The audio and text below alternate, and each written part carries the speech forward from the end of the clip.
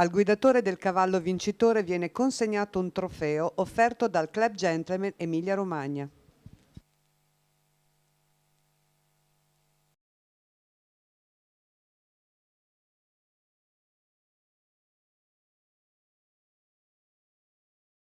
Stefano Lago e Commander Lake vincono questa prima corsa, ricordo riservata ai gentleman e abbinata al premio Lo Spazio che cura. Stefano, soddisfazione doppia direi, perché ricordiamo che sei anche allevatore di Commander Lake. Un breve commento sulla vittoria, tra l'altro una corsa equilibrata e ti abbiamo visto anche esultare proprio sull'arrivo davanti a noi.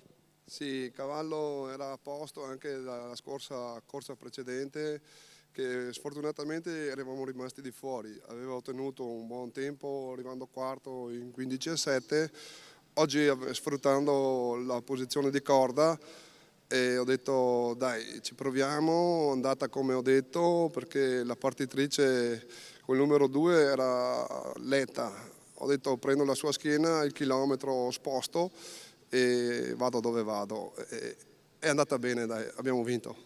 Ti ringrazio, in premiazione ricordo che abbiamo visto Rita Rivara in qualità appunto di volontaria della Fondazione Policlinico Sant'Orsola e anche Andrea Bigliardi e Sara Mangoni che seguono il cavallo. Sì, devo ringraziare soprattutto Andrea che mi ha preparato veramente bene il cavallo.